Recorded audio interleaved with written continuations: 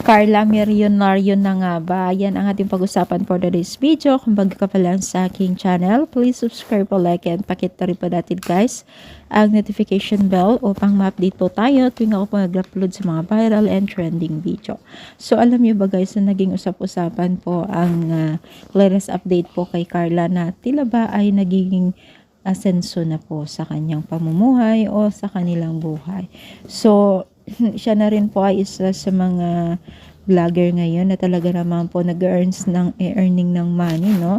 Na kung noon ay nagtitinda lamang po ng puto, ngayon naman po ay siya naman po yung na nakakakuha ngayon ng blessing at iba pa pong mga ibang blessing na dumating sa kanya.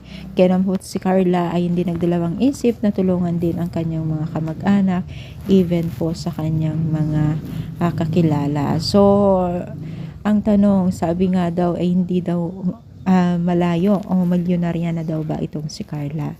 Dahil kung makailan po ay nakatanggap ng 300,000 mula sa mga nagmamahal sa kanya.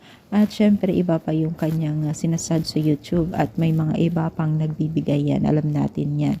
Bagamat po hindi pa naman siguro ito dumating sa punto na naging milyonarya na siya.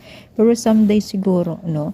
Someday siguro magkakaroon ng chance na ganito siya kasi napakalaki ng kanyang nakukuha ngayon sa online. Kaya naman po tulungan natin siya na makamit ang kanyang pangarap sa buhay na talaga naman pong umaani po ng papuri. So deserve naman daw ito ni Carla, no? Diba? So totoo naman nga naman talaga na deserve ni Carla ito, diba? So tuloy-tuloy po natin pag-support. Ano masasabi ninyo? Comment down, palike po ang ating video. Thank you and God bless all guys.